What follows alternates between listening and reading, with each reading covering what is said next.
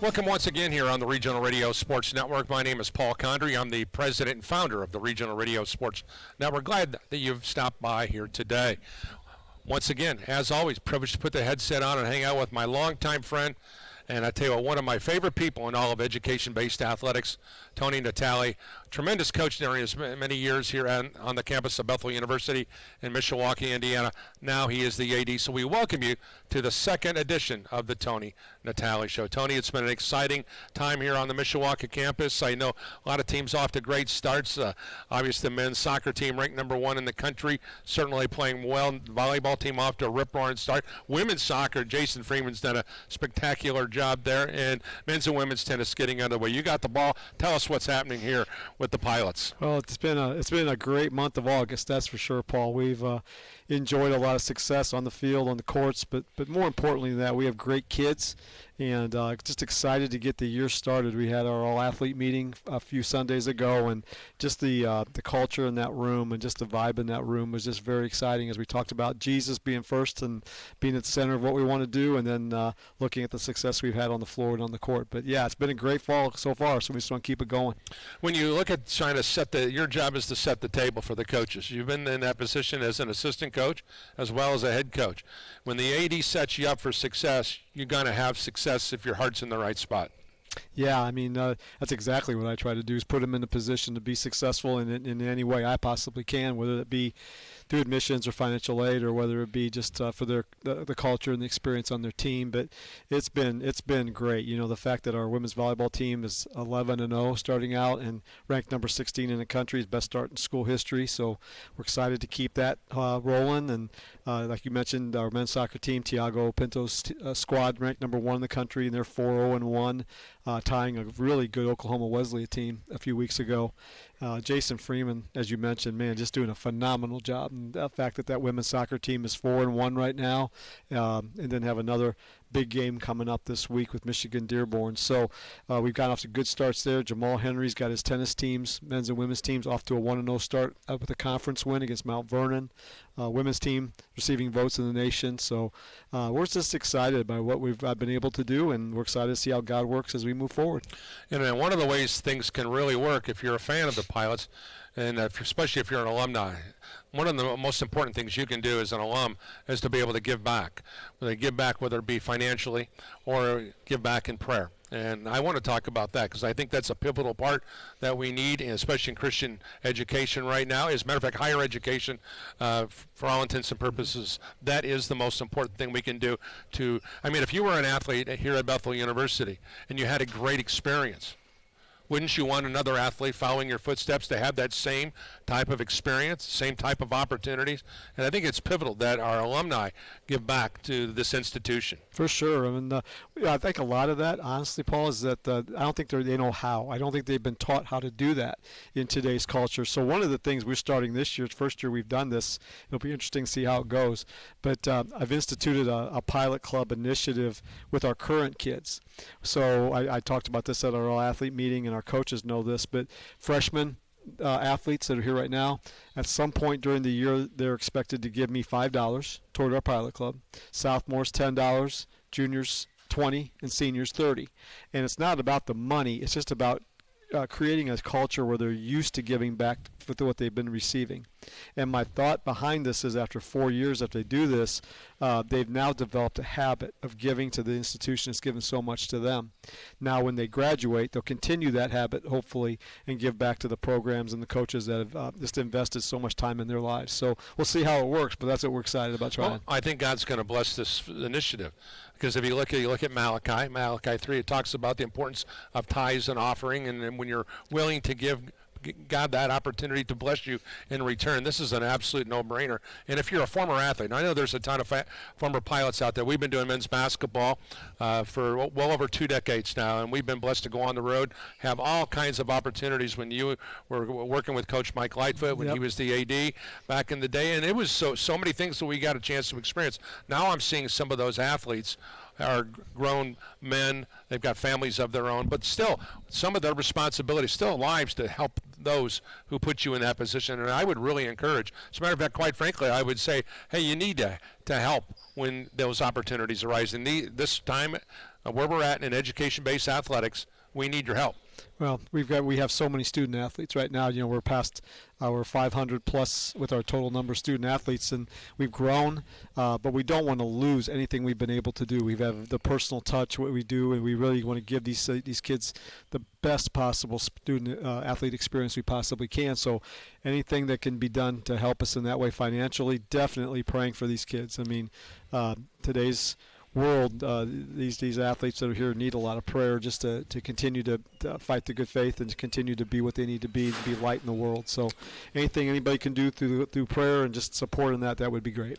All right, we have a special guest with you here today. One of the things that we wanted to do with the Tony and Natali show is Tony wanted to bring along people who are tremendously supportive of athletics here, not only here in regards to coaches or athletes or trainers, sports information, because we got people like Jacob and Luke who do a tremendous job in those regards, but other people that people may or not understand the dynamics of how pivotal a role they play in the big picture of making this a successful situation, right? Oh, totally. And when we talked about this a while back, even the show starting, and you mentioned this format of having a guest, Dr. Ken Eby was somebody I thought about right away because it fits exactly what you talk about. He does so many different things in the department here, athletically and at the university as a whole, that people don't realize, and they need to realize. So we're excited to have Ken on our show today and excited to welcome him. Ken, first of all, thanks for taking time to visit with us today. I'm encouraged to know because there are so many people that play pivotal roles in making something go. I mean, whether it be the person who is a janitor, to be a person who's doing campus security, sports information. We're talking about people, tireless amount of people, as well as volunteers to make things happen here on this campus and in campuses across the country. That's servant's role. That's what Jesus did better than anybody else. He showed that with his heart and with his actions, and I know that Tony tells me that you have got an incredible servant's heart. So I want to start right there and say thank you for your servant's heart, and tell us a little bit about where that comes from in your case. Oh, thank you. You're very kind. So I've been at Bethel for 17 years teaching. I love the students here. I love the coaches. And when I say love, I mean more than just I love a hamburger. I love these people. I am honored to be able to pour into their lives. They pour into my lives all the time. And I was an intercollegiate athlete for a year playing soccer. So I understand the rigors of what these athletes go through in preparation. I understand the rigors of what it means to be in the classroom and on the field. And so to be able to give back to them is just an honor. His role for you, Tony. I mean, we could develop the rest of the show. That's with what that. we get here for. So, but yeah, he does so many things. He works very closely in compliance, just making sure all of our athletes that we have are eligible and maintaining progression into their degrees, making sure they're doing those things. Probably the biggest thing in that area is whenever there's anything that needs to be done, troubleshooting-wise. I mean, Kent's on it immediately, and I can text or call him immediately and know that it'll get done. I guess as an AD, where my bandwidth is pretty limited with all that I have to do, it really is good for me to be able to turn those kinds of things over to Kent because I know they'll get done. I don't ever have to worry about it. I know it's going to be done in the right way. Mentoring many of our student athletes. He comes to a lot of our games, a lot of our matches. Kids are always talking to him. They have him for class. They see him around campus. So that mentoring role, just knowing that he's there for our student athletes, is huge as well. Kent, let me break into this for a potential new student athlete. Okay. Wants to come in here and say, hey, listen, I want to know more about being a student athlete here on this campus. And they want to say, okay, compliance is going to play a pivotal role. I have to have a great relationship with the compliance people because I want to be able to get the most out of this educational as well as this athletic experience. So can you speak to me what the faculty athletic representative as well as the person who's in compliance, what falls under your quote-unquote hat of responsibilities? So I work really closely with our compliance officer, John Natali. He's the one that he does all the legwork. He's the one that makes sure that they're filing all of their required documentation with the NAI. He's the one that checks everything and gets it to the registrar and makes sure that academically everything's in order. I work really closely with John, so if there are any questions, if there are any issues, then either John or myself, we reach out to the NAI and seek to resolve those issues, those questions, working with the student athletes as well as their parents if necessary to make sure that everything's in place for them to be eligible and to remain eligible. I also work really closely with the faculty, so if there are any questions as it relates to student athletes who may be struggling with a class, then I can talk with the faculty member and see kind of as a go-between between the coach, the athlete, and the faculty member to see what that student athlete needs to do to remain eligible, and all the makeup work, any extra work, anything that needs to be done to keep them eligible. So hypothetically speaking, softball players, baseball players, you just never know if you're going to play from one day to the other because Right. you're kind of, where we're at here in northern Indiana, you've got the weather as a factor. So the next thing you know, Seth is calling me on my phone, the baseball coach, and saying, hey, listen, we're going to flip-flop sites. We're going to go, instead of playing a game, a doubleheader here today, we're going to go down to so-and-so place. And thus, a student thinking he's going to be able to have to go to class here. So does any of that type of situation come back to you where you have to, be the go-between that and the professor, or is that left up to the student and the professor to have that dialogue? So I will get involved if I need to. I'm constantly encouraging the athletes to be as communicative as they can be with their professors. Meeting with professors, explaining to them that sometimes the student athletes don't have control over what that schedule is going to be, especially with baseball and softball. The conference is the one that determines the games, and just making sure that they're communicating with one another. Interestingly, even this morning, I had a student athlete who was away for a match, and he forgot to reach out to me. And I make sure that all my athletes in my classes know, you need to let me know when you're going to be gone, even though the university also lets me know when they're going to be gone.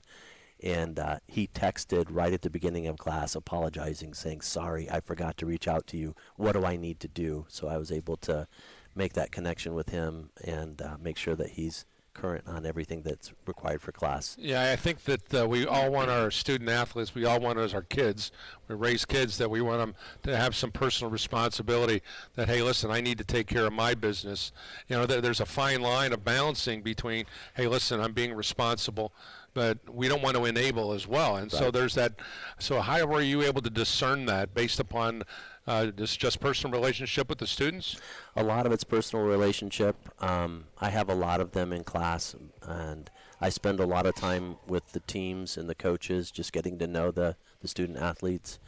I tell my students all the time, once you've had me in class, you cease to be my student, now you're my kid. And so they're my kids, and I treat them respectfully as I would treat one of my own children. And I would like to have that respect back from them, and they always give me that respect. So, yeah, just building the relationships. Tony, I want you to take me back in time when you were an assistant coach and when you were head coach of the track team. And you're working in a situation with Kent where you maybe have a little bit different relationship than you have right now as the athletic director. Mm-hmm. Has he changed at all in the 17 years, or the way you go about in your dialogue and interaction with him changed? No, from the time I've known Kent, which has been a while, he's been consistent. Exactly the things he talks about. The personal relationship is huge, and from my perspective, just the accountability and just knowing that these kids will be taken care of and talked to in a way that they can understand what they need to get done. Great example is Ken asked me earlier last summer to speak at the faculty retreat that they have every year, and there were 3 sessions, about an hour each session, where I could go in and talk a little bit about my vision for the athletic department, but more importantly than that, just answer questions. There were a lot of questions that the faculty had, and a lot of question and answer time that I found out very quickly, things that I would assume people would just know, I had to spell out. And it was such a good time because the faculty knew things they didn't know ahead of time once we got through that. And that would never happen if Kent wouldn't have got me connected with that. I know that once again, traveling with you a lot when you were involved with men's basketball, there was always a period of devotions, whether it be you leading devotions or Coach Lightfoot was leading devotions. And I know that several of the programs here on this campus all have that. But I know that Kent has been actively involved in devotions with the student athletes. So, Kent, can you speak to your interaction with the student athletes? I mean, let's face it, not everybody who is a student athlete here on this campus has a personal relationship or has accepted Christ as their Savior. So we can't assume that everybody knows Jesus. And obviously that would be our ultimate as the leaders of the community, is to be able to share our love and our faith in Christ. And that's really the ultimate goal. So can you speak to what it's like sitting down within the school and talking to those teams as well as those athletes when that very important topic gets brought up? Sure. So when I meet with the teams and share a devotional with them, the one thing that I want to make sure that they recognize in our time together is that I don't speak down to them. We speak together. And so it's a safe space where they can ask questions, where they can see how much of a difference Jesus has made in my life. So it starts with how I can reflect Jesus, and then challenging them to consider that in their own lives. And so, for example, the men's basketball team went on a mission trip this summer, and Coach Draben reached out to me. I was a missionary for 13 years in Russia, and he said, hey, what can you share with us about how to prepare for a trip like this? So I got to spend 40 minutes with the team the day that they left, and just gave them some ideas to think about, gave them some things that they may encounter while they're over there. And then when they came back, so Coach Draben kept in touch with me and with all of the sponsors. And when they came back, we spent about an hour just unpacking that experience and debriefing it with them, and helping them to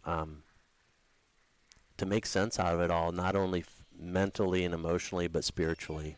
And that's such an honor to be able to do that. Tony, for you as the athletic director and the guy who's now in charge of making sure these things, these opportunities arise for people like Kent, what do you want people to know who don't know what KDB is all about, and what is he doing for their student athletes or future student athletes? Yeah, I mean, this has a heart for the Lord. I mean, before anything else, more importantly than anything else, Jesus comes first. And I know in his personal life that's the case, and with the student athletes he comes in contact with, that's the case. It's a rare person that can have that as their personal set themselves, but can also share that with kids without talking down to them, like he said, without reaching them on their level. And as you know, our athletes that we have here, we have the whole gamut when it comes to where they are with their walk with Christ. And frankly, I love that, because it's an opportunity to witness to them and show them what Christ has done for us in our life. Whenever we have an opportunity to talk to our kids, I try to be very real and tell them, hey, when I was your age, Jesus was not part of my life at all. And I see how he's directed my steps even at that point in my life. Even though when I wasn't praying all the time for him to do that, I see how he's directed that, and that's very impactful to me, and I hope to share that with our kids, and Kent does the same thing. Kent, you talked about your mission trip and all the things you're involved in. I know you've been involved with the missionary church. As a matter of fact, I was excited to see you were with my good friend Dr. Kikatesky up in Alaska. Yes. My wife Tanya and I are going to Alaska next summer. I need to pick your brain on that particular topic, kind of get an idea. But when you look at where you're at and all the places that you have, all those experiences that you've had, and now you're back here at Bethel University in Mishawaka, Indiana, and I'm sure, just like Tony just alluded to, you weren't always where you needed to be. Right. And it really is not we're not concerned about the beginning as well. We're concerned about the end. Where are you at spiritually when it's all said and done? Mm-hmm. So can you speak to the evolution of you, I hate to use that term, but the evolution of your faith, if you will, from the time you finished up in college or while you were in college to where you're at today? Mm-hmm. So when I was a student athlete in college, I wasn't a believer. I was at a Christian school, but I wasn't a believer. And I saw Jesus in a lot of people, but it wasn't something that I was interested in at that time. Graduated university, ended up transferring from the small Christian school where I was to a big state university, not playing athletics, just getting my education. And so it was after I graduated university that I truly met Jesus for the first time. And for me, it was all in. I mean, when I met Jesus, truly, my life was his forever. And so I remember the night after I made my decision to follow Christ, I was struggling because I wasn't sure where to go, what to do, how to do, and I just prayed a prayer and I said, Lord, my life is yours. I am going to trust you to take me and do with me whatever you want. And oh my word, he has been so faithful in that. He took a farm boy from northern Indiana, and I have had the blessing and honor of being in 33 different countries, teaching in Wow. double-digit countries, and yeah, what a blessing that's been. And then to be able to come back to campus and to share that with my students and to encourage them to live a life of faith, a life that is 100% in the hands of Jesus. And no matter where he takes you, no matter what he does, it's always understanding that it's always for our best, and it's for his glory and honor. And to just be able to do that in the lives of these young people is something that I could have never imagined when I was their age being able to do. I get the impression that you can't wait to get to work every day. It's amazing when you can wake up in the morning and pinch yourself and say, I actually get to go do this. What an honor and what a joy it is. I love it. Tony, I know you're the same way. Yeah, I mean, I'm not a morning person, so I'm not really excited about getting up in the morning sometimes. But once I do get up and get a chance to get moving around, yeah, I'm excited to get here and work with people like Kent. And that's what makes Bethel so special. I mean, we have a great place. We have a great university here in Mishawaka, but it's all about our people. Yes. And the fact that I get the honor to work with the people I do, our coaching staff, our administration, folks like Kent, the faculty, it's just a great opportunity to show Jesus to a lot of people in a lot of ways. Kent, I know there are times that Tony's going to send our potential future student athletes to go back and watch the Tony Natali show, and there's going to be sites. Go back and listen to edition number 2 when Dr. Kent Eby was on the program. So I want to give you this opportunity time right now in our closing time together is if a potential mom and dad are watching this program, or a potential student athlete, and for someone who's not physically playing athletics, why do you think this is such a great place to be involved in education-based athletics? Why is Bethel special? Bethel's special because it's a safe place where people can come and inquire and learn. And if you are a person of faith, your faith can grow. If you're not a person of faith, you can meet Jesus and decide at that point the path that you're going to take in your life. It's a place of respect. It's a place that I think seeks to honor Jesus with all that we are. And for me, it's kind of selfish, if I'm going to be really honest. For me, I love to see what God does in the lives of our athletes and in our students now. But as much as that, what God's going to do in their lives when they graduate and they get out into the world, and they're world changers. And that's part of the mission statement of Bethel. We want to pour ourselves into these young people, prepare them for the gospel, prepare them for the kingdom of God, and send them out to change the world. There's a lot of people, Tony, that you and I have been blessed to see go out and really kind of making a difference. And I'm going to bring this back to where you and I started, and we were doing basketball together. And one case in point, a young man who we had a chance, who you helped recruit, Corey Lance, of course, former Bethel player, scrappy, hard-nosed guy. He's the kind of guy who's diving on the floor for loose balls.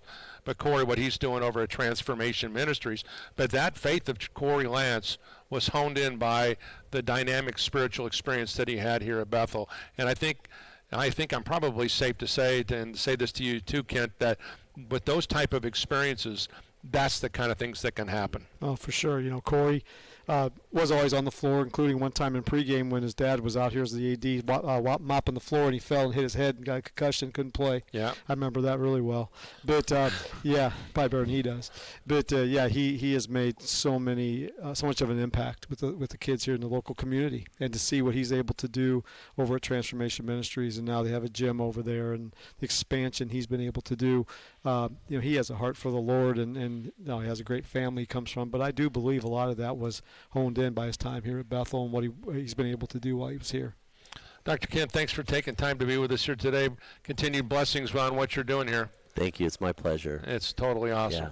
Tony, taking a look at some of the things that we have coming up on the future programs. I know we've talked about having some other people, some coaches. We have sports information we want to acknowledge. What do you have on the as we look into that telescope, and what's on the horizon for the program? Well, like you said, I have some coaches in mind. I definitely want to get the rest of our staff not the coaches, but our sports information people, our trainers, some other folks involved in this as well. So we'll see who's available and what we can get done, but we have a wide variety of folks that we can get on here and just let the people in the community know how special Bethel Athletics is. And once again, if you going back to what we talked about at the top of the program, if someone would like to get involved and help the athletes here at Bethel University, what direction do you want them to take? I mean, you can get on our website. You can find my email, my cell phone number right on there.